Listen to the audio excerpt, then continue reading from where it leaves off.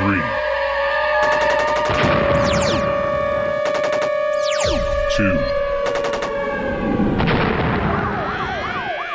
1.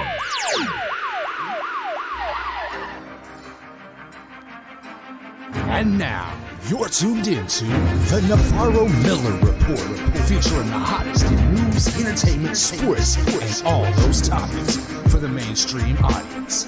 The Navarro-Miller Report. Examine your reality. Hello, everyone, and welcome to the Navarro-Miller Report. I'm your host, Dave Navarro. And I'm Jeremy Miller. And we are being joined here by our special guest co-host here, Larry Hankin. He stepped away for a second, but he's coming back right now. We'll give him a minute to set up here. Yeah, we're here. We're live right now, Larry. How you doing? I'm doing fine. I just had to shut off the phone. So it rang just as you guys came on. No worries. No worries. So a lot of you may know Larry from a lot of movies. One in particular, Adam Sandler's Billy Madison. He's also been on shows such as Seinfeld, Home Improvement, Friends. He was known as Mr. Heckles and Friends. So wonderful to have you on the show with us here, Larry, and I hope you're doing well today. Oh, so far so good. There's a storm outside right I was now. going to say, you haven't floated away yet, right? No, but there was actually, for the first time ever, they did it. I was watching television and they actually had an alert, and there's a flooding in my area, it said. I got that one too. Man. Luckily, I'm on the 6th floor. There you go. That always works out. Yeah, Well, if you're not in but then I can't get out. I mean, I'm safe up here, right? But I can't drive my car. I'm in a zone. I looked that up on a naval map of the tides in the next 5 years. I'm in a wet zone. Oh man. Get your wetsuit ready. So it's wonderful having you here. Next 5 years are going to be interesting. That's for sure. It's wonderful to have you here, and I wanted to just say hello to everybody that's joined the stream right now. We got Joe Andrew as saying that he's also seeing you in Breaking Bad, Magnets. So I mean, you got a lot of people that know you here, Larry, and then Larry's IMDb is longer than my arm. Yeah, no, exactly. We also got right here, we have JC Strickland. Hey, Dave Navarro, Jeremy Miller, and Larry Hankin. Best wishes to all of you from Hudson, New York. Larry, I love you on Home Improvement. So there's another one. We were just talking about that. So, we're just talking about that, actually. So great to have you here. And Jeremy, it's wonderful to finally see you here, man. I mean, we've had a lot of people that show some sort of concern for your health and well-being or whatever it was. Yes, I very much appreciate the outpouring of concern, everybody. I'm doing much better. I've fully recovered from the flu. Thankfully, it wasn't COVID. Tested multiple times, but it was the worst flu I've had in over 30 years. It just laid me out. And then unfortunately, right as I was starting to recover, I threw my back out horribly. So I ended up basically bedridden for another 5-6 days. So it was not fun, but I'm doing great. I'm up, I'm moving, I'm healthy, and I'm feeling good. So thank you all for your concern. We were concerned. I appreciate that. I know you were, Larry. He doesn't matter. Especially. Such a baby. Wah, my back, my flu. God, could you God, just get over it. All right, put some Robitussin on it. You'll be okay. And I mean, the thing is, I'm wondering, did you maybe do you think you might have gotten it over at the Hollywood show? Because as we all know, you were at the Hollywood show doing autograph signings as well. So no, I'm certainly not blaming the show, but anytime you're going to be around a large amount of people, and that was a choice that I made. And again, when I'm in those, because I've done the things that I've needed to do that, make me feel safer. I don't wear my mask because and people don't crowd me, but I take pictures with people. I'm close to people. There were people with the sniffles. There were people who, maybe coughed a few times. So, it's very possible I could have picked up a bug while I was there. It's not, any big deal. You go to the store, in normal times. The dark ages, you would have been stoned to death. Exactly. Or bloodlet, so. Well, Jeremy, all jokes aside, glad to see that you're doing better. Glad to see that you're healthy. Thank you. Because it's really tough to find another co-host. It'd be a very, very like hard process to find somebody to replace you. So see, I'm irreplaceable. There we go. You heard it here, folks. He said it. No, I'm saying it's a long and it's a hassle. I'm not saying you're not irreplaceable. Anyways, got to everybody on the show. And as we traditionally have it, of course, we're going to start that hashtag trend, hashtag Jeremy, get a TikTok, because he refuses to get a TikTok. So I am force feeding him these TikTok videos. This one in particular is from a TikTok follower that I actually follow her because she's hilarious. She makes fun of a lot of movies, and she kind of remakes movies in her own style. This is her version actually of Jurassic Park. Take a look. Welcome to Jurassic Park.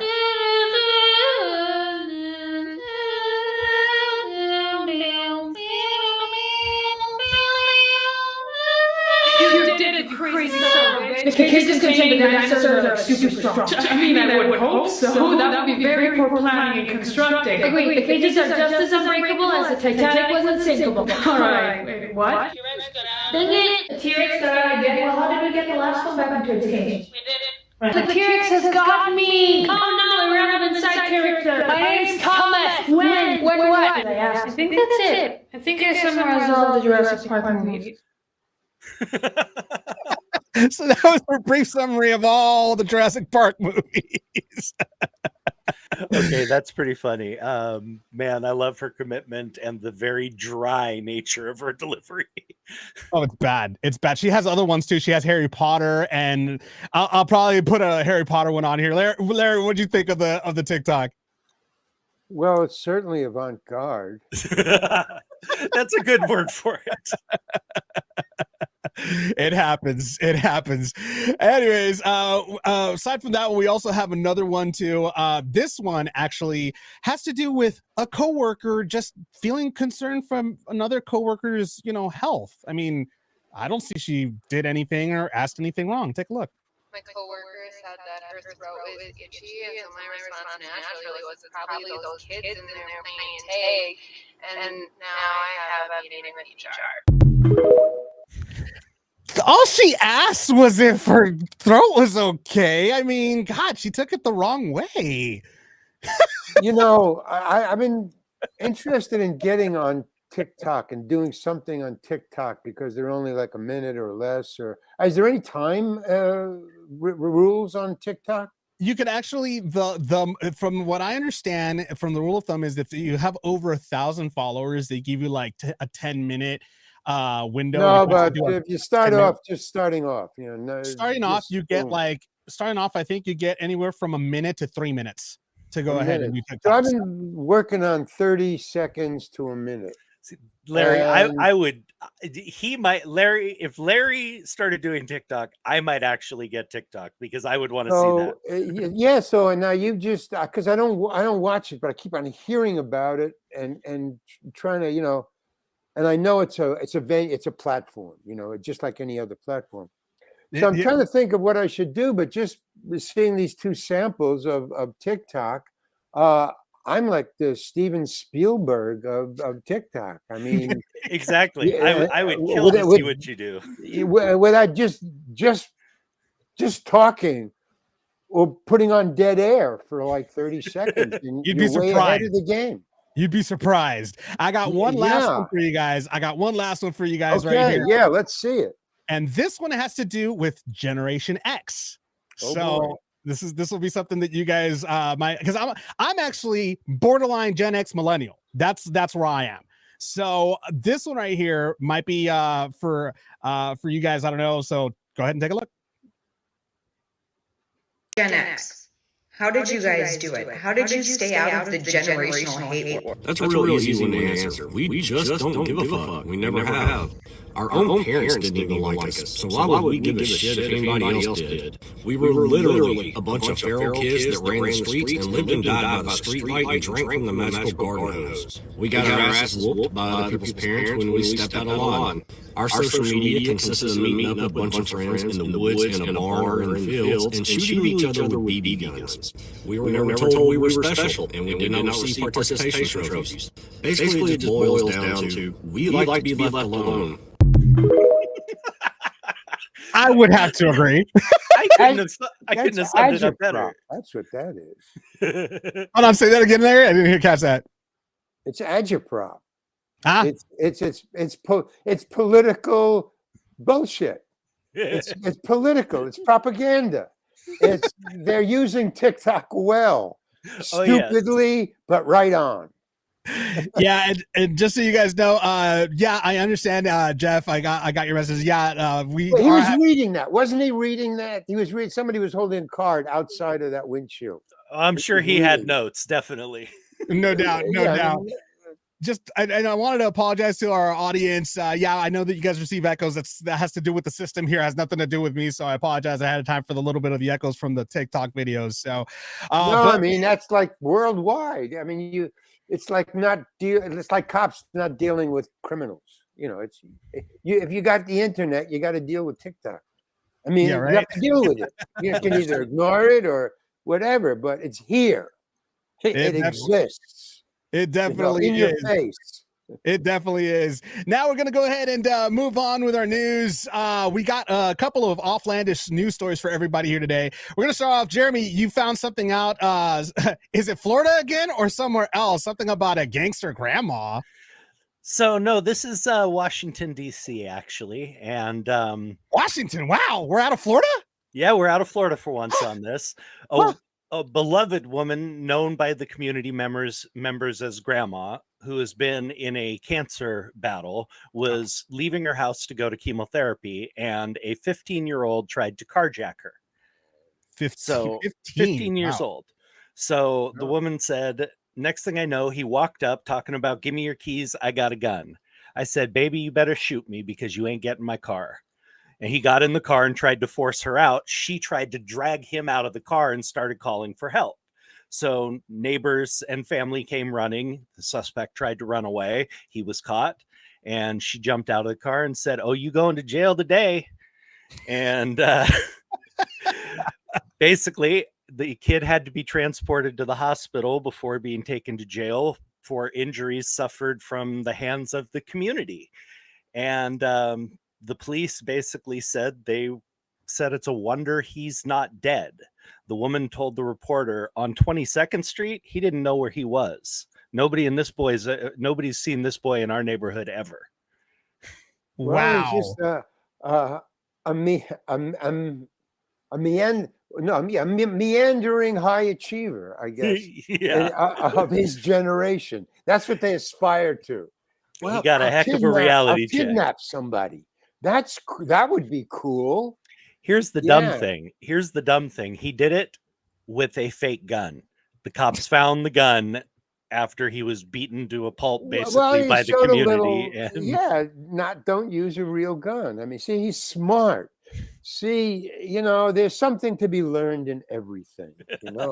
I agree. Don't use a real gun. Or use an AR-15. I mean, the choices to Americans are just brilliant. Are so vast. Well, I mean, one thing's for sure, that grandma didn't take any of that boy's guff. left. No guff. He had nothing to lose, so he shoots me. I'm out of my pain. It's getting chemo. It's faster. Pretty much. She was like, "What do I got to lose right now, bud? Yeah. You're 15. I'm a grandma with cancer. Like, seriously, who's gonna lose really here?" He's got friends in low places. Exactly. That was an interesting one. Well, I got one that could actually top yours, Jeremy, and this one's actually very interesting. A bride horrified after catching her groom being breastfed by his mother before the wedding ceremony. As far as the report goes, it says a woman has gone viral after revealing that a groom was caught allegedly being breastfed by his mother on his wedding day. In the latest episode of the Unfiltered Bride podcast, host Georgie Mitchell explained how she had been told the story by someone she had previously worked with, referring to the makeup artist by the fake name Jenny. Georgie relayed how she had just finished the bride's face and hair when she said she needed to go to use the restroom, when she then caught the groom being breastfed by his mother. This is the real funny part. Despite the bride's obvious shock, she still went ahead with the wedding. So it's a basic mother-son relationship. I mean, what's wrong with breastfeeding your son? Isn't that what all moms do?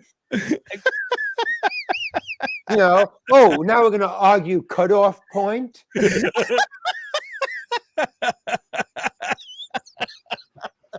Oh my goodness. God. That's so bad. All I can say is I was rather taken aback when my younger brother's childhood friend at the age of 8 walked up to his mother, who was sitting on our couch, yanked her shirt down, and started nursing. Okay. Well, this takes that to a whole new level. Are we like comparing oranges and apples, or what are we doing here? I mean, it's more like which melon one is better or worse? Or are you I'm making not any sure. judgments here? No judgment. Just the creep factor was there. Are we judging Homo sapien behavior? Come on. Oh my God. Are we weird? We contain multitudes. You know, very, very true. Very, Walt very Whitman. true. Excuse me, Walt Whitman. Well, that was our offlandish story of stories for today. That last one though, when I read about it, the first thing that came to mind was The League, with Baby Ruxin still like latching on. I mean, that's just still in my head. Don't ask me why. That's a weird thing. So, anyways, moving on. Gotta get out more. Yeah, seriously, I really do. You definitely got to see the world a little more. You know. Moving on to some entertainment news. Warner Brothers is talking about rebooting The Lord of the Rings. Jeremy, what's going on with that? Yeah, apparently Warner Brothers has acquired the rights to the entire Middle-earth Enterprises, which controls the story for The Hobbit as well as Lord of the Rings. It's going to change. It's not going to be good. It's not. I have the same feeling, Larry. I don't like this idea. It's, for me, first of all, look what happened to Friends. You know, that TV show. Once they sold it, and they had the what do you call it? When everybody came back. The reunion, reboot kind of thing. The reunion. I went to the reunion. I was invited to the reunion, but they kept me in my cell. They kept me in a room, and I couldn't go out of the room. I said, I want to watch the show. You know, right? Of course. Part of it.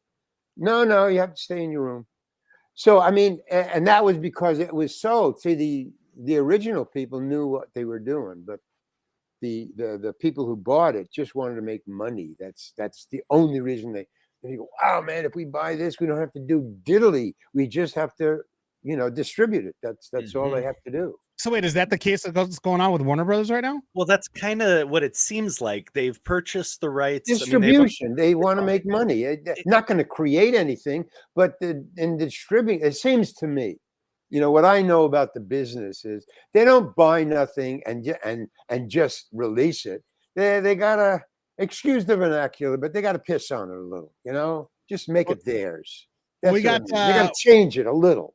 We got one of the audience members here had to say about that, saying JC Strickland saying, why remake a classic like that series at the risk of ruining the reputation and appeal of the franchise? Exactly. That's how I feel about it. I mean, there's never been a set of films that pleased everybody, but I'm a huge fan of Tolkien, and I read the Lord of the Rings trilogy multiple times as a kid and as an adult. I loved it. And I thought that the original movies, the original trilogy, I thought Peter Jackson and the writers did justice to the book. You know, there's no way to fit every important bit of information in those books into a movie unless each movie is 4 hours long. I mean, it's not even possible. So what they did in paring it back and still keeping the feel and all the really important details, I thought they did a great job. So what is Warner Brothers going to improve on? What are they going to be able to bring to this? I mean, that's thank you. Exactly, Larry. What are they going to improve on? There's not much they can do. Parse that More than that. sentence. Oh, yeah, no, there's not much they could do about it at this point. I mean, like, well, they're also coming out with another Harry Potter movie as well, and or they're in talks about doing another Harry Potter movie, and it's like, okay, you guys went that entire, like, what was it, 5-6 movies, something like that, and now you want to introduce another one, and it's just like, really, Hollywood, are you running out of ideas? Like, come on, go ahead and like maybe get some more creativity out there a little bit, in my opinion. I give them just a little bit of leeway on the Harry Potter one because they're not rebooting anything and they're not redoing anything. They're at least doing something new. Now, will it be actually new? Will it be just regurgitated old stories we've heard? Most likely. But there's at least the opportunity for them to take this storyline in a new and creative direction. So I'll give them a little leeway until we see where they go and they prove me wrong, which they most likely will. Well, we're just gonna have to wait and see what happens with all of those, because right now, you know, okay, so yeah, so JC's telling me there were 7 originals, and now they want to try to translate the musical to a non-musical movie. That's what they're doing. So that's what I thought. That's what I heard. What was the non? One was. What movie are you talking about now?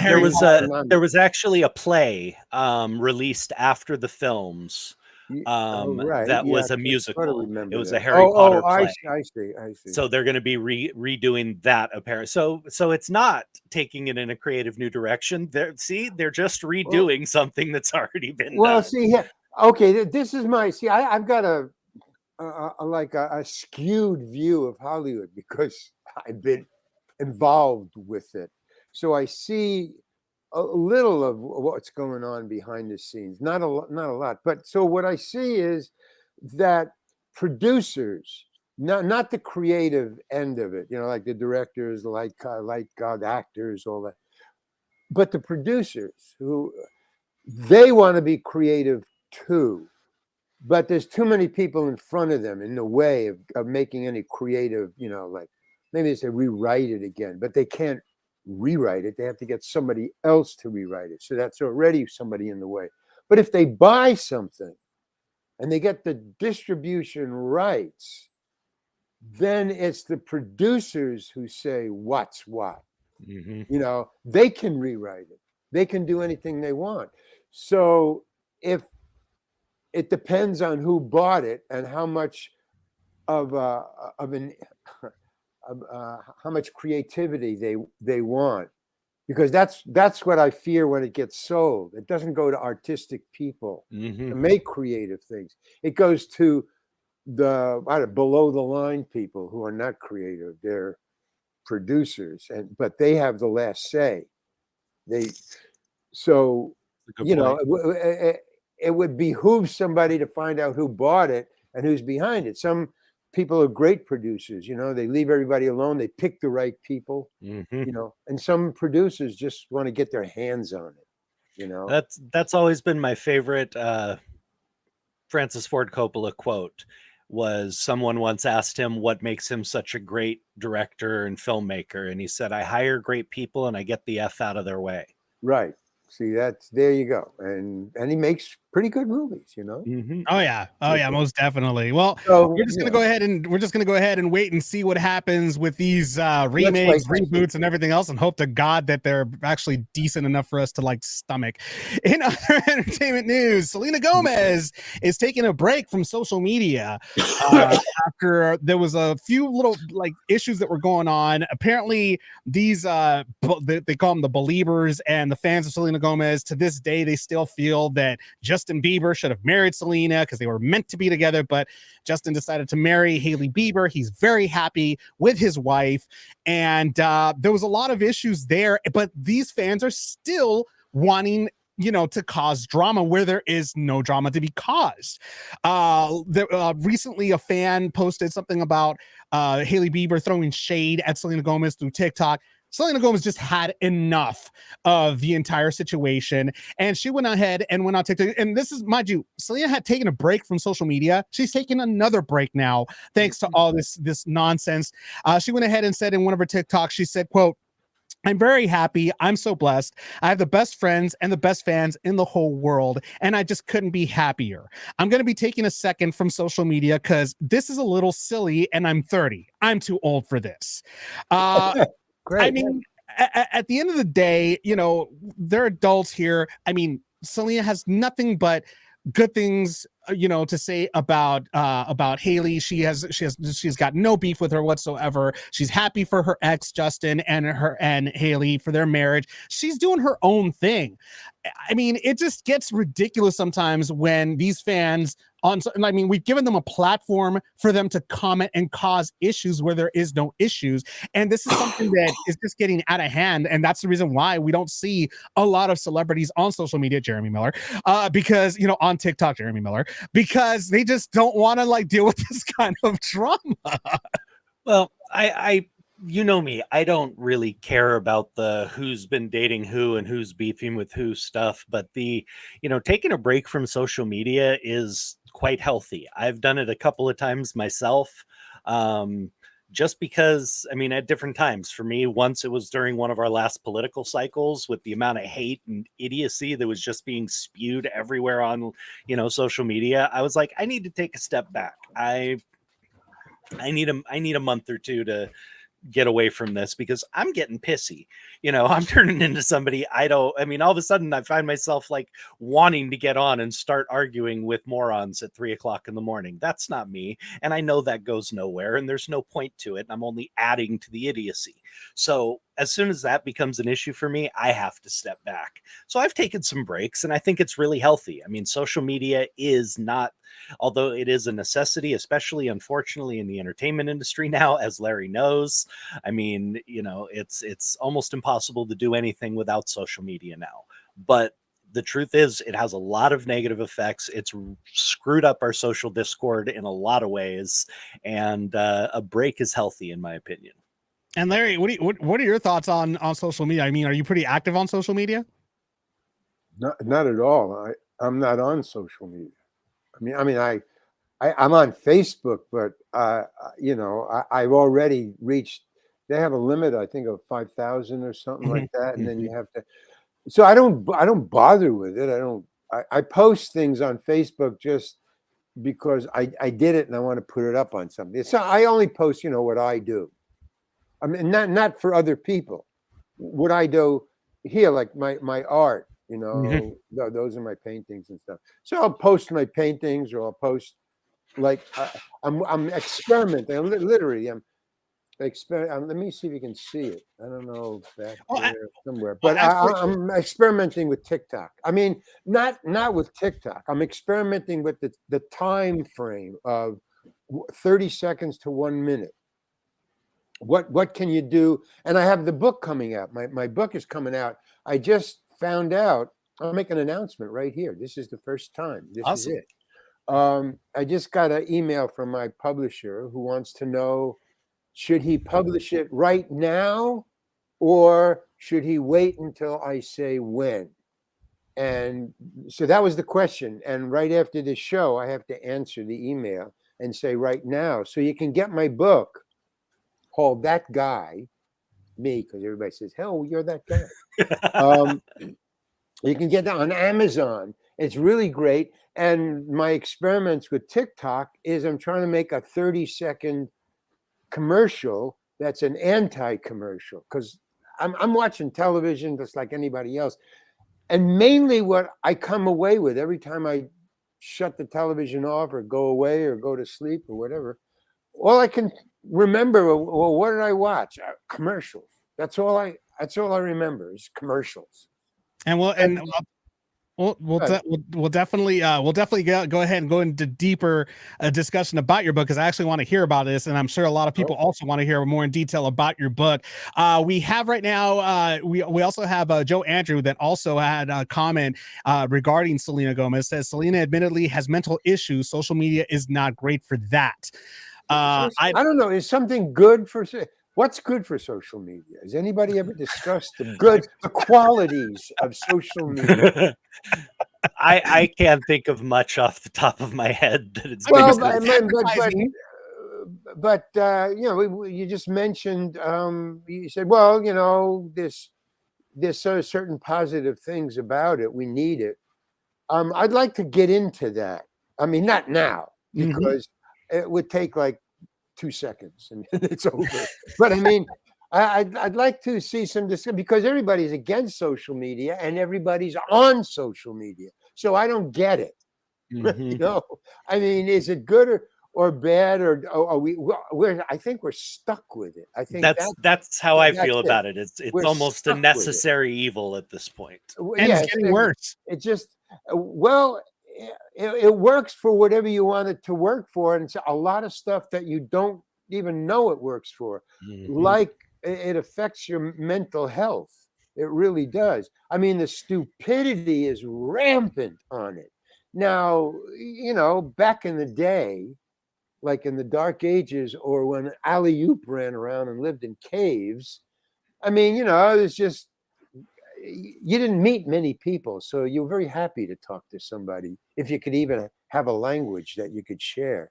But now, I mean, I haven't, you know, I have to go out of my way to meet somebody. You have to go out of your way. It's like making play dates. It's weird, man. And that's what social media has done. It's reduced us to play dates and masks and whatever is good or bad. I'm saying that Homo sapiens can't survive this. This is not the way animals survive, by making play dates. No, you can't fuck up the planet and expect to live on it, and then, you know, live and survive and thrive. You can't. Agreed. I mean, Joe actually also made another comment right now that actually makes a lot of sense here when it comes to the good and the bad. Basically saying, well, social media is why we're here talking and listening on the internet. There's good and a lot of bad. And to be quite honest, just like anything in this world, there's always good, there's always bad. It's just a matter of choosing which one you're going to use it for. I mean, if you eat, same thing. It's in moderation. No. Wait a minute. Hold it. Stop. I didn't volunteer to have TikTok or social media. I didn't ask for it, and I didn't say no. It showed up. True. So your whole democracy crap is a good argument, but not for this subject. That's all I'm saying. It's a good argument, but not for social media. It showed up, and we have to use it. There's no other way around it. That is true. It's not a voluntary, you got to use it, even if you want to use Uber, man. That is true. That is true. You're right about that. I mean, you lost control. You and me, the four of us, the three of us have lost control. I forgot how to count. The three of us have nothing to do with social media. We are on it or we're not on it, but we didn't ask for it. We didn't invent it. We didn't request it. You know, it's just here, and use it or make play dates. It's okay. Shut up, Larry. I'm with you. I'm with you, Larry. We become dependent on it. We become way too dependent on it. I mean, to the point that, like you said, Larry, we can't really live life without, you know, social media or anything like that. Because I mean, for example, in order to promote certain things, where else are you going to promote it? You know, you gotta whoa. Again, I gotta step in and say, when people argue, they say, well, you can't do this. Okay. Or somebody says, that is good. What they're doing is they're making a statement about a thing without considering or giving you the chance to think of the other. Well, if I say you can't do that, what it implies is there's a way you can do it. But they don't say you can't do that. You can do this, and you can do this, and you can do this. People just give them their side of the opinion without the other side. So it's a trick. It's really bullshit. It's if you're going to have a good argument, which there are good arguments, is you lay it out on one side and then you lay it out on the other. But, you know, you say, you got it. And what you're saying is, well, but everybody uses the internet and social media. There is no other. We were never given you can use social media or you can use this. What's the other this? There was never a presentation of that. It was given to us and you use this or not. But not you can use this or you can use this or you can use this or not. So give me both sides before you start saying, hey, social media is what we're using and because there's nothing else. And we weren't given any. Okay. No. Agreed. God, I love you, Larry. Everything you just said is exactly what I've been thinking. We got and Joe also says, so since we're all on it, be the light and don't feed into the darkness. So that's the best way to put it. Right on, man. We're doing the best we can here. By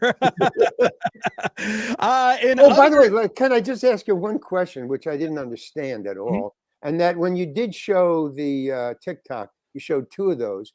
The voice thing, they were with the echo thing. Is that like a thing now? No, it has something to do with our system. It's the system. Because they had a reverb or something. Yeah, it's not supposed to be there. We've been trying to get rid of it. I'm thinking, just haven't found the way yet.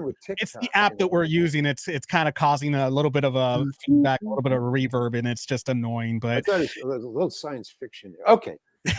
moving on. In other entertainment news, The Mandalorian, although many people may think that it's over, it's not over yet. According to writer Jon Favreau, he's also the creator of this TV show. I'm a big fan of John. Oh, he's an amazing like actor and also writer, talented. He was in a recent interview with Total Film. They basically said, "Is this it for The Mandalorian?" And he said, quote, "No, I don't think, I don't think, I think the beauty of this is that it's a middle chapter of a much larger story. And though we'll have resolution over time with these characters, I think that how these characters fit into the larger scope and scale, but it's not like there's a finale that we're building to that I have in mind. Quite the contrary. I love these stories to go on and on. And so these characters potentially could be with us for a while. And I really love telling stories in their voice. And I love the way the adventures unfold. And I'm looking forward to doing much more. So Mandalorian fans, it's not over yet. And it looks like it's going for the long haul, which I'm loving. What I hope that means is that he's going to continue with the Mandalorian series to expand that. He didn't say that particularly. You could take that as meaning that their stories will be concluded in the other shows and that they will still be used in the further expansion of the universe in the new shows they have planned. That's one of the problems I have with these vast multi-universe, multi-series things is you have to follow every single one of them to be able to know what occurred or to know what's going on with the characters that you've come to love. I mean, Larry, what's your take? Well, you know, these things get these tentpole narratives, you know, like The Mandalorian, and it harks back to the Greek mythology, you know, with the gods and stuff. I mean, basically, somebody wrote a couple of stories about gods and semi-demigods, and then everybody took one of the gods, the semi-demigods, and they wrote a series about them. Then somebody else took Zeus and wrote about 3 different stories about them, and that's what they're doing now. You know, they're just splitting up the narrative and just and after a while, in about 50 or 60 or 70 years, there's going to be it's on new mythology. It's the Mandalorian. You're going to have different gods, different Mandalorian types, blah blah blah blah. But it harks back to I'm from a generation that grew up on just classics because that was the new books then. I'm that old. And you know, like, so my heroes were like, you know, Zeus and Hera, and now you got Superman and you got the Mandalorian. But basically it was the same thing. That was their movies back then. It was the guys, stories, narrations that you told and retold, and everybody knew the stories. Everybody knows about the Mandalorian. Everybody knows about I mean, it's part of the Star Wars Indiana saga. Jones and stuff. Yeah. And the Mandalorian is a part of the Star Wars saga. So when Star Wars, yeah.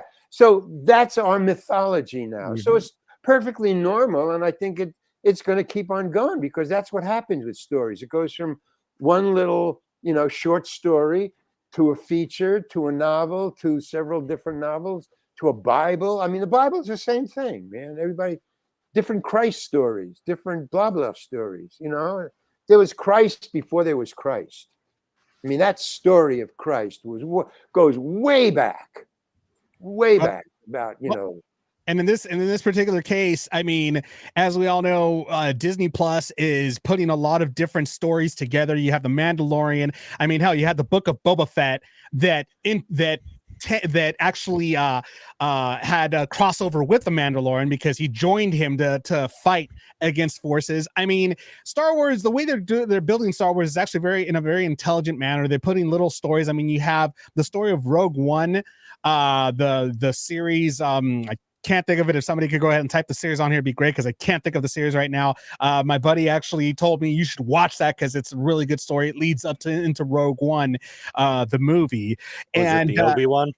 No. It's the one about the rebels, how the rebellion began. Okay. So they have that one. I still haven't seen that series. I love to watch series after they're finished so that I could binge watch the entire thing. That way I'm not like, oh man, I gotta freaking wait until next week for the new episode. It's annoying.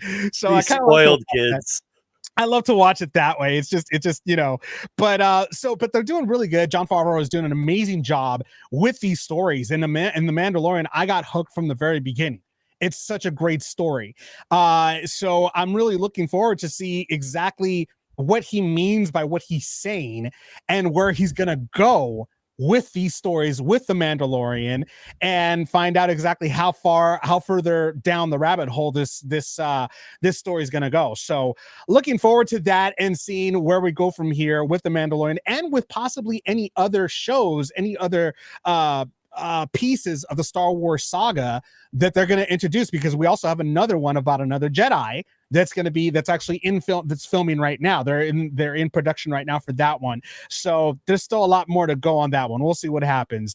In sports, former WWE AEW wrestler Jeff Hardy's DUI case is closed, but his license is suspended for 10 years. Now, this happened not too long ago. He actually pled not guilty because Florida, this happened in Florida. He got pulled over and it was they actually had to take out weapons to take him out because he was really bad. He actually blew way over the legal limit when they arrested him. The legal limit in Florida is 0.08, much like it is here in California. He blew a 2.91. That is just beyond the legal limit. So the officers administered 2 tests on him. Now, after this incident at AEW, he was currently contracted with AEW, and they suspended him from wrestling for the time being. And now they went ahead and said he was sentenced to 38 days in jail, but was given 38-day credit for time already served. So at this point, it seems that the case is now closed. His license will be suspended for 10 years. And man, it's just tough with this guy because I love watching Jeff Hardy. He was a great wrestler with his brother Matt Hardy. The Hardy Boys were just amazing tag team. They were innovators of hardcore type of tag team wrestling. But unfortunately, Jeff Hardy has been known to have an addiction. He is addicted to alcohol. He's substance abuse, a lot of different things. Hell, at one point, he was a wrestler in TNA, and he wrestled completely intoxicated against Sting. And Sting had to carry the match. They had to it was a championship match. And they had to quickly just put an ending to that match because he couldn't even stand. And Sting was super pissed off at this whole thing because they had promoted it. It was great. And he shows up like this. So Sting had to carry him and he had to actually pin him for the 1, 2, 3. And it was just sad to see Jeff Hardy just a downward spiral with him. I mean, and Jeremy, I know that this is something that hits home to you. So, I mean, and I see you shaking your head there. What do you got? I mean, what are your thoughts on this? It's really difficult. he's definitely going down a bad path, and I really hope he gets some help before he turns into our next Scott Hall. Scott destroyed himself. We all know that. And I just hope somebody can get him some help. The truth is, until he's ready for it, until he asks, and I don't know how much further he needs to bottom out for him to really ask for help. But man, it's hard. I mean, I've fought addiction for many, many years. It was the toughest thing I ever did. But unless he does that, he's going to be dead soon. I mean, God knows what type of pain pills, what type of drugs he's doing.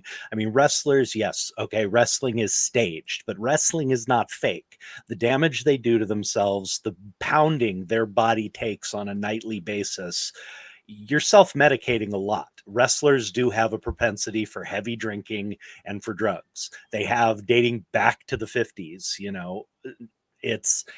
it's a self-medicating thing, and that is really difficult to get past. So, I mean, I wish him all the best, but until he asks for help, I mean, there's people out there. I mean, look at DDP. DDP is another wrestler who has actually taken it upon himself to help rehabilitate other wrestlers who have been, struggling with drugs and alcohol. With and he DDP takes yoga. Yeah, well, with DDP Yoga, with a whole health and lifestyle change, he brings them into his home. They live with him. They have accountability to him for their sobriety. He's actually done really great work just being there to support a lot of these wrestlers. So the help is there if Jeff wants it. But until he does, it's just going to get worse and worse. No, I completely agree with you. And it's a sad, sad story because he's such a talented wrestler. Jeff Hardy's incredible talent. And it's tough to see this happen to him. I mean, he was one of my favorite tag teams during the Attitude Era of WWE. And you bring up Scott Hall. Scott Hall, thankfully, towards the end of his life, Scott Hall finally got sober. He was finally clean. And it's just so unfortunate that right when you get sober, tragedy strikes. And I'm assuming that maybe everything that he had consumed had finally caught up with him, like much happens, but hopefully that wasn't the case. But I don't know. I'm not a doctor. I wasn't there, and I have no idea what happened. I can tell you just from seeing it many times in recovery groups, friends I've had, things like that, that is a very common occurrence. And it happened with my uncle. My uncle died of a heart attack at 40 years old. And it was, 99% probable that his heavy speed and opiate use, because he had he was a biker back in the day when the speed was rampant. But then when he did settle down, he had a massive degenerative back issue. He basically had 2 discs that were fully degenerative and was in so much pain, he couldn't even walk. So the doctors had him on high-level opiates. The opiates messed him up so much he couldn't work. So he'd do speed so he could stay awake at work and actually function while he was on the opiates. So his heart is being pulled up and down for years. And when he finally got clean, his heart just gave out. It couldn't take it anymore. So it's very, very common with people who abuse their bodies that hard for that long. Oh man. I mean, and again, it's crazy because the one wrestler that actually did come out on the other side, besides Scott Hall, but unfortunately his life was short-lived after he sobered up, was also Jake the Snake Roberts. He stayed with DDP as well, and now he's in AEW as one of the managers of one of the wrestlers, and seems like he's doing a lot better. I mean, I'm always happy to see wrestlers come out the other side and just be a lot better than how they were, because it's just sad, because these are my childhood, these are childhood wrestlers I used to watch growing up, and it's just, you see these larger than life individuals, these larger than life guys that you think are like superheroes, and then when you grow up, so do they, and that's when you also see who they are too. And it's like, wow, Seeing Jake get healthy was really awesome. Again, it's a struggle every day. He's had relapses, but thankfully, due to his great support system, DDP and the other wrestlers who've been there for him, he's been able to get back up on his feet and start again. And it seems like he's doing really well. He's resurrected his career. His health is better. He seems to be moving better. I got to meet him probably 10 years ago. And I'll tell you, there was that meeting one of your heroes thing. I mean, he was the one wrestler that I couldn't go up to say hi. I was too shy to go up and introduce myself. And a friend dragged me over there and introduced me, and I got some pictures. He could barely stand up, to take a picture with me. Not because he was messed up. He was sober at that point, but his body was still in such bad shape. He couldn't even barely stand to take pictures with the fans. And now he's out there moving around. He's gotten himself healthy again. He looks like he's moving without too much pain. It's really good to see. No, I agree. And again, it's one of those things where we're always happy to see things like that. I mean, Larry, I want to see if I could get your thoughts on people just trying to get help, for addiction and things like this. I mean, especially like people in the entertainment industry, that are struggling with addiction. I mean, I'm sure that in your years of being in the entertainment industry, I'm sure you probably have witnessed to a lot of people that need help. Well, no, because if they needed help, they wouldn't get hired. So I haven't worked with, my career is filled with, fairly sober people who do drugs, but they knew how to handle it and it didn't affect their work, and they never brought it to work with them. So I don't know. I've done drugs, you go through a phase, and also I've tried to do drugs that help me in my job, and they get in the way. So nothing will get in the way of me doing what I want to do. So drugs are not part of that. But that's because I respect what I do, and I guess myself, I don't know. But you also can't help anybody. They got to do it themselves. You mentioned it, both of you mentioned it. You just got to say, you got to grow up. Something has got to occur to you I've got to stop doing this and get straight, or whatever it takes. Something's got to give. In other words, just something's always got to give. But it's the person itself. Your wrestler idol. He's fucked up, but he's doing it to himself. I've run into a lot of people who OD'd in my life. My friends have OD'd. The best thing that somebody ever did to me, I guess, is my only drug story, is I went over to a friend's house, and he was an artist, and graphic artist. He used to do the old 60s posters, the rock and roll posters, those old LSD posters. Yeah, he was one of those artists. And he was about to shoot up. I was going to pick up something. He was going to draw something for me. So I went over to his house to pick it up, and he had his works out, and he was about to shoot up. And he said, "Do you want to shoot up?" I'd never done drugs. I don't do drugs of that ilk anyway, but not that. Heroin. So I said, "Yeah, okay." Like I was in my 20s, young, maybe 21. And I thought, well, he's doing it. He seems okay. I gave him my stuff to draw. What could be bad? And so he said, "Okay, well, just tie your arm off." And I said, "Well, show me how." And he goes, "You've never gotten high on heroin?" And I go, "Oh, no." And I just said, "No, oh, no." And he goes, "Not me." That was so cool, man. That's awesome. He said, "Not me." He says, "I'm not going to be your first. Not me. Get the fuck out of here. At least your painting, get out of here." At least he had a conscience about him, and he didn't want to be. Yeah, and I always remember that. So I never even I mean, well, needles to this day frighten the shit out of me. I mean, when you go to a Yeah, dentist, me too. you know, Yeah, me too. I'm scared to death they of go needles. through my brain. But anyway, it's yeah, he had some sort of conscience, but still he was doing it to his. I think he did actually OD, years later.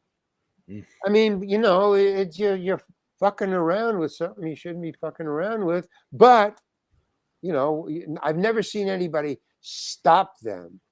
They have to stop themselves. That's the only exactly because you can't. That's You can't exactly stop it. them. They have to, like you said, they have to choose for themselves. And Jeremy, you can back me on this, that they have to like decide to want to get help.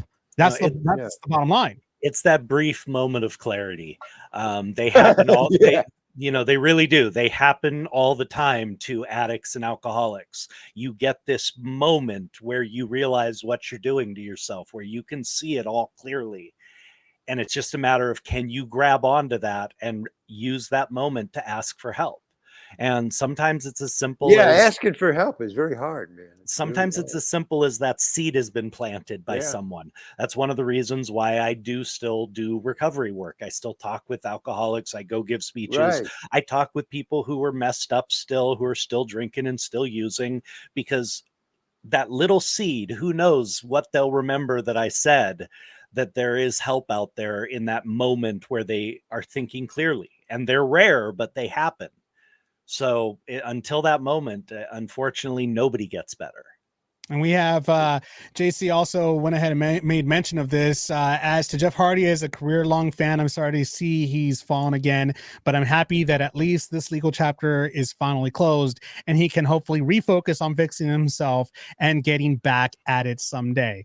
Here's hoping, because again, he's doesn't, like, he's getting up there in age to the point where it gets harder and harder for you to do that type of athleticism, the type of wrestling. So hopefully he didn't waste too much time on wasting himself away like that. So we'll see what happens. In other sports news, this Saturday we have the fight that we've all been waiting for. Tommy Fury versus Jake Paul is finally happening after months of delays and cancellations and postponements, rescheduling, conflicts, all this stuff. It's finally coming to a head tomorrow in it's actually going to be in Abu Dhabi, I think it is. So that's what's going to take place. It's going to take place tomorrow, I believe, at 2 p.m. Eastern time. It's going to be during the day, so it's going to be kind of different. But finally, Jake Paul finally fights a real boxer. And so far, his big brother, Tyson Fury, is very confident that his little brother is going to knock out Jake Paul. And they're so confident that during the press conference, Jake Paul decided to place a small wager. And he told Tommy, if you knock me out, I'm paying you double what you're getting for this. But if you lose the fight, you get nothing. You do not get paid for this fight at all. And it's so funny because Tommy wasn't saying anything, but Tyson, his brother, was sitting next to him. He grabs the mic. He's like, "You're on." Well, yeah, you can't really. How confident he is of his brother right now. He has a lot of confidence in his brother. I've told you this before. This is really the first time Jake Paul is fighting somebody for real. Tyson Fury and Tommy Fury are travelers. I've explained this to you before. It is a nomadic gypsy community in Ireland that has had to scrap and fight for everything they have. They are one of the most discriminated against groups on the planet. I mean, they are treated horribly in Ireland, and they have to, fighting is a way of life. And they actually have been bare knuckle boxing in that community for 400 years. And the guy who is the champion, the all champion of the Traveler, is generally considered one of the toughest human beings on earth. This is how these guys grew up. This is a serious fighter. This is not a guy who's going to take a dive. This is not a guy who's going to go easy on him. This is not a guy where there's any question that he's going to be fighting as hard as he can, because they fight for pride. So we're going to find out. Now, I will eat every word I ever said about Jake Paul as a boxer if he wins this fight. If he manages to win this fight, I will take back everything I said and say he is for real, because Tommy Fury is a real fighter. He's not just a boxer. He is a fighter. So we're going to find out for sure where Jake Paul stands in the ring on Saturday. And his brother's also saying, he was interviewed and he said, quote, he's talking about his brother, Tommy Tyson said, quote, Tommy's looking good. He's feeling good and he's going to knock him out. Tommy knocks out 90% of the people that he messes with. He drops them, knocks them out. That's 90%. So Jake Paul is no different. He'll get it as well. So Big Brother's very, very confident and it's going to happen tomorrow. Man, I want to see this so badly because I'm like, God, I want to see Jake Paul finally get knocked out by a real fighter. But here's the thing. Here's the flip to that. If Jake Paul actually, because Jake Paul's had a lot of training now he's had a lot of training. Mm-hmm. He's gone through boxing training. He's been doing this now for a couple of years now. So now he's starting to become a more developed boxer, because of everything he's trained, boxing matches. Granted, there were boxing fights against non-boxers or older guys, everything like that. But he's actually been training now. So if Jake actually does manage to knock out Tommy, then you know what? Maybe there is something more to Jake Paul than meets the eye. Well, I don't know about if he even has to knock him out. If he wins, I think we can confidently say that Jake has learned to box, that he is now a boxer. And that's being given kind of a nod to in that a few of the promoters from, I don't know if it's the WBO or the WBC, one of the governing bodies, has said if he beats Tommy Fury, they will put him in the rankings as an official boxer for the WBC or the WBO. So they will acknowledge that he is a real boxer if he beats Tommy Fury. He can call himself a professional boxer. So we're going to find out. I mean, this is a social media star who, got into this just to try and, get views and everything else. But it's turned into a career. We're going to see how much he's learned. Well, we'll see what happens with all that. Before we go ahead and take off here, Larry, you have a book coming out. I know this. I'm very interested to know exactly what is this book about that you have coming out? Well, it's a book that I wrote my own self about my life from the time that I was a kid through, and then I just jumped to college, and then from college to about 2012, a couple of years ago. So it's all the shows that I've done. I've done about 200 movies and TV shows and platforms, and so I just wrote. But what it is, it's a cautionary tale in that I'm trying to knock down, because I have a lot of fans and I see a lot of other actors and other famous people. I see their fans.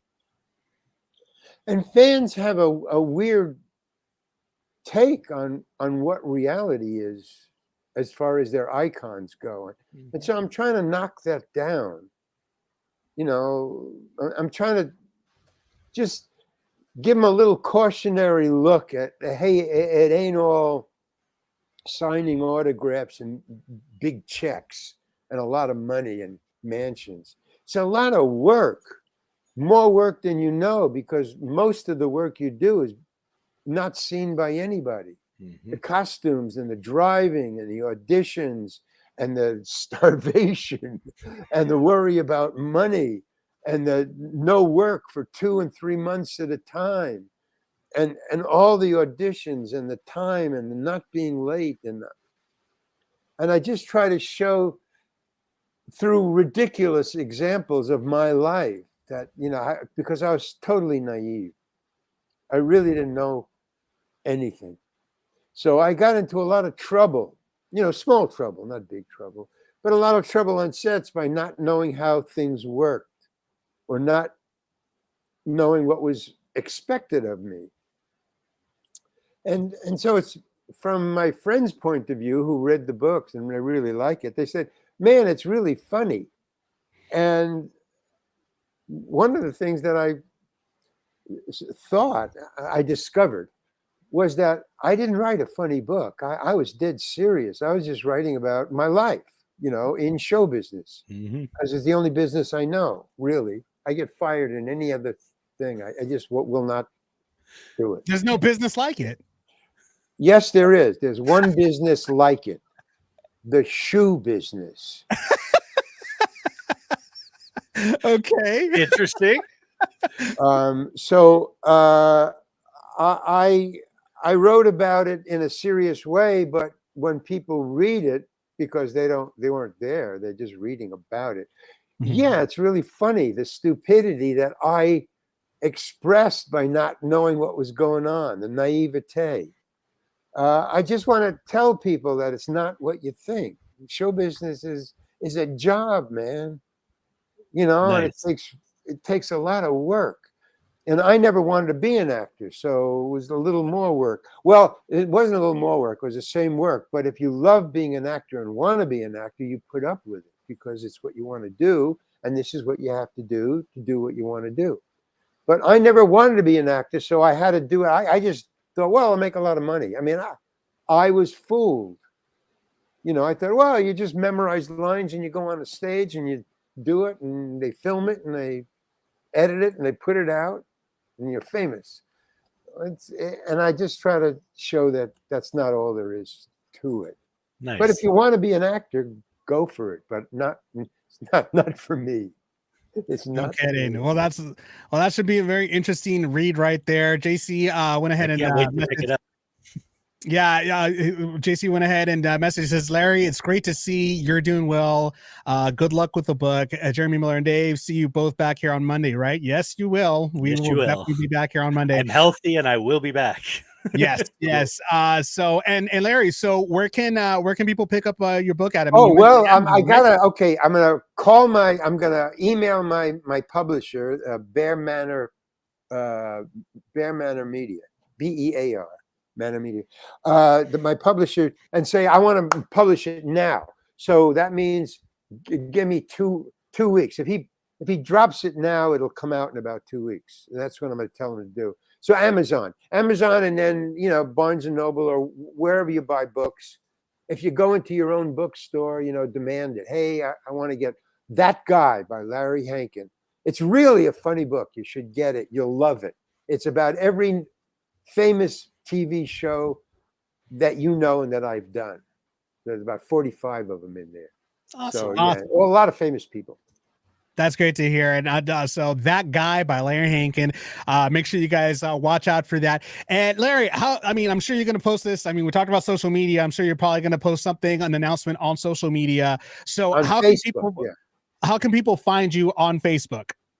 Well, it's Larry Hankin, I guess you have to be a friend. I can't get any more friends. I have 5,000. So well, you also have Instagram too, because I'm following you on Instagram too. Well, somebody else did that. I didn't do that, but fine. Whatever. Since I got the publisher to say he's going to publish it now. Yeah, I'm going to go search out the Instagram and because your art is on there too. Because your art is on Instagram as well too. Well, I didn't know that. Somebody else is handling that for me. Okay. A friend. I don't know anything about it. But Patreon. I have a channel on Patreon. Patreon/Larry Hankin. And also my own website, which is thereallarryhankin.com. So you can see me on there. But the book is on Amazon. And it's, like I say, a great book. But I tell you what, I'll send you a 36-second little TikTok sample. Awesome. I'll send it to you. And you can Actually, you did send it to me. Oh, okay, cool. Well, you did send it to me, and if put it up there whenever you can, or share it, whatever you. Actually, we could go ahead and do that right now. So here is cool. a little bit of a little tidbit here. Let me see. It's this one. Oh wow, this is going to be great. This is a first. I believe it's this one right here. A lot of people. Yep, this is it. It's this one right here. So go ahead. This is the little preview of the book for Larry Hankin's That Guy. A lot of people come up to me and they say, "Are you that guy?" And I'm thinking, "Whoa, that's a great title for a book. Well, 2 words and you're finished. A book is like 9 months. I mean, it's just too much. But they say, write what you know. I wrote it and then I read it. And it turns out that it's not just about that guy, which is a great title. It's about me. It's the wrong one size, man. Oh, I know. That's just the way I got it. That's the way I. Oh, wow. Well, I forget it then. I can't watch it. Understood. No problem. We'll stop right there. No, not a big deal. Well, if anything, everybody could go ahead and check out that guy. That Amazon and give it a gold star. There you go. Absolutely. You go. Okay. There you go. Right, guys. Thank you very much. I got to go. Thank you so much, Larry. On the Navarro-Miller Report. We hope to have you here again very soon. Maybe give us a little bit of an update. You know, I mean, we loved having you here. That's the news in case you haven't heard it. Again, thanks everybody for being on here. Bye. If you're in Southern California area, please be careful out there. It's raining cats and dogs. Literally, I saw a dog just like all the way down. So make sure you watch yourselves when you're driving, and everything else. I'm your host, Dave Navarro, here for the Navarro-Miller Report, along with this guy right here. I'm Jeremy Miller. And Larry Hankin just went ahead and signed off right now. So make sure you check us out on Monday from 6 to 7 p.m. We will be back on here, of course, providing that Jeremy doesn't hurt his back or somewhere, so. I'm going to come over and Nancy Kerrigan you, and we'll see how well you do. Oh, it's all in fun. We all love you. Everybody have a wonderful weekend, and we will be more than happy to have you guys back on here, joining us here on the Navarro-Miller Report again on Monday from 6 to 7 p.m. Pacific Standard Time, and we will see all of you next time.